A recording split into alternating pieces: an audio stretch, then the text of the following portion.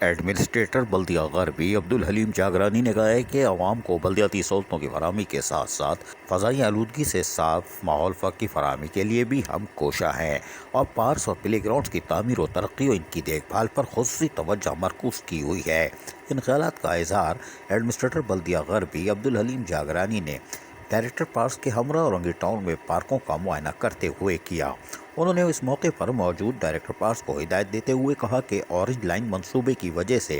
جو پارک کا سامنے کا حصہ متاثر ہوا تھا اس کو جلد از جلد تعمیر کر کے گیٹ لگایا جائے اور پچھلی جانب بھی ایک ایسا دروازہ لگا دیا جائے تاکہ عوام خصوصاً خواتین، بچے اور بزرگ پارک میں آسانی سے پچھلے دروازے سے بھی آ سکیں، نہ کہ روڈ کی طرف سے آئیں، جبکہ پارک میں پودوں اور گھاس کی کٹائی کے ساتھ ساتھ صفائی ستھرائی کی صورتحال کو مزید بہتر بنانے کے لیے تمام تر دستیاب وسائل بروئے کار لائے جائیں۔ ان کا کہنا تھا کہ نوجوانوں، بچوں، بوڑھوں اور خواتین کو صحت مند اور فضائی آلودگی سے صاف ماحول فراہم کرنے کے لیے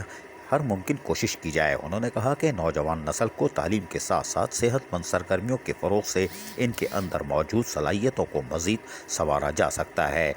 عبدالحلیم جاگرانی ایڈمنسٹریٹر بلدیہ غربی نے اس موقع پر ڈائریکٹر پارکس کو جہاں تمام تر ہدایتیں جاری کی، وہیں ڈائریکٹر پارکس نے ایڈمنسٹریٹر کو پارک میں جاری کاموں کی تفصیلات سے آگاہ کیا اور بتایا کہ پارک کی تعمیر و مرمت کو جلد از جلد مکمل کر کے یہاں گیٹ لگانے کا بھی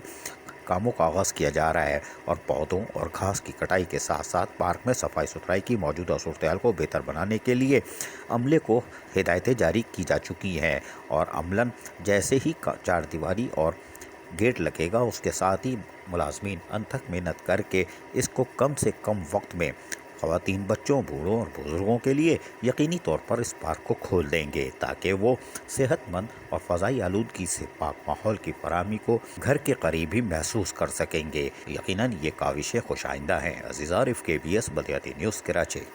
ایسی ہی خوبصورت ویڈیوز فیوچر میں حاصل کرنے کے لیے ریڈ بٹن پر کلک کر کے اور بیل آئیکن کو پریس کر کے ہم سب کے سبسکرائبر بننا مت بھولیے۔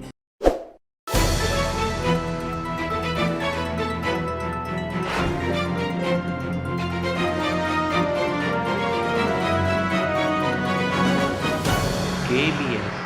بلدیاتی نیوز۔